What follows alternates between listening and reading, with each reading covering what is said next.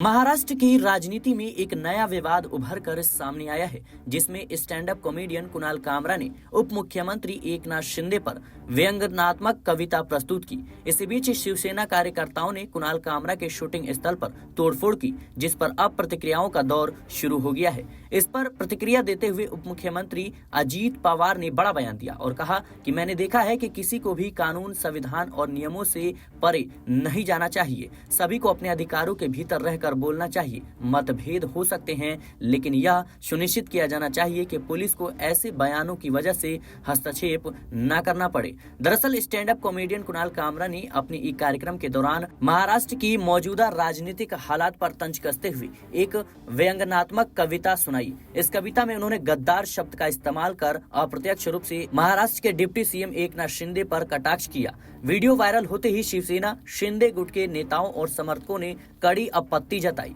यह कविता social media पर तेजी से वायरल हो रही है। इसी बीच शिवसेना कार्यकर्ताओं ने रविवार 23 मार्च को मुंबई के खार इलाके में द यूनिक कॉन्टिनेंटल होटल में तोड़फोड़ की, जहां stand up comedian Kunal Kamra ने शो की शूटिंग की थी। बता दें कि कुणाल कामरा ने अपने कार्यक्रम में महाराष्ट्र की वर्तमान राजनीतिक स्थिति पर टिप्पणी करते हुए कहा कि शिवसेना बीजेपी से बाहर आ गई, फिर शिवसेना शिवसेना से बाहर आ गई और अब फिर एनसीपी से निकली। इस संदर्भ में उन्होंने एक व्यक्ति का जिक्र किया जो ठाणे से आता है, चेहरे पर दाढ़ी, आंखों पर चश्मा और उनकी नजर में गद्दार आता है। हालांकि कामरा ने सीधे तौर पर एकनाथ शिंदे का नाम नहीं लिया, लेकिन इशारों में उन्हीं पर निशाना साधा। शिवसेना शिंदे गुट के नेताओं और कार्यकर्ताओं ने इस कविता पर कड़ी प्रतिक्रिया व्यक्त की। मंत्री उदय सामंत ने कहा कि यदि कामरा ने एकनाथ शिंदे के खिलाफ अपमानजनक गाना गाया है तो शिवसेना उनके खिलाफ आक्रामक हो जाएगी। उन्होंने यह भी चेतावनी दी कि यदि कामरा माफी नहीं मांगते हैं तो शिवसैनिक आक्रामक कदम उठाएंगे। वहीं शिवसेना यूबीटी के सांसद संजय राउत ने कामरा की कविता की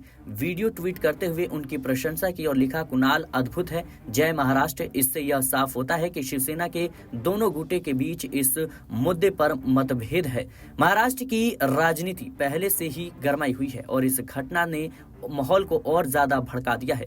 अब सबकी नजर इस पर है कि यह विवाद आगे क्या मोड़ लेता है और राज्य की सियासत पर इसका क्या असर पड़ता है। फिलहाल के लिए इस रिपोर्ट में इतना ही। देश और दुनिया की तमाम खबरों के लिए बने रहने नेक्स्ट 9 न्यूज के साथ।